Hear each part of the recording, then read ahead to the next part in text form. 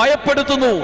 മനുഷ്യരുടെ ശബ്ദം, ചില സാഹചര്യങ്ങളുടെ ശബ്ദം, ചില അവസ്ഥകളുടെ ശബ്ദം, ചില പ്രതിസന്ധികളുടെ ശബ്ദം, കടക്കാരുടെ ശബ്ദം, വെല്ലുവിളിക്കാരുടെ ശബ്ദം, ശാപവാക്കുകൾ പറയുന്നവന്റെ ശബ്ദം, നീ രക്ഷിക്കപ്പെടില്ല എന്ന് വിധിക്കുന്നവരുടെ ശബ്ദം ഇസ്രായേൽക്കാരുടെ കാതുകളിൽ ഫറവോയുടെ സൈന്യത്തിന്റെ കുതിരകളുടെ കുളമ്പടി ശബ്ദം മുഴങ്ങിയതുപോലെ ഇതുപോലൊക്കെയുള്ള കുറെ വാക്കുകൾ, നീ രക്ഷപ്പെടില്ല, ശരിയാവില്ല, നിന്റെ കാര്യങ്ങളൊന്നും നടക്കില്ല എന്ന് പറഞ്ഞ് വെല്ലുവിളിക്കുന്ന കടക്കാരുടെയും ശാപത്തിന്റെയും തകർച്ചയുടെയും വാക്കുകൾ ചെവികളിൽ മുഴങ്ങുന്നുണ്ടെങ്കിൽ,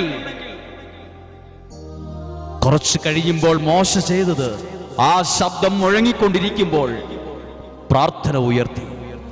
അവിടെ നടന്നത്, അവരുടെ ജീവിതത്തിലേക്ക് ദൈവം കടന്നു വന്നു, കയറി വന്നു. ഇതാ സുവിശേഷത്തിലും എഴുതിയിരിക്കുന്നു,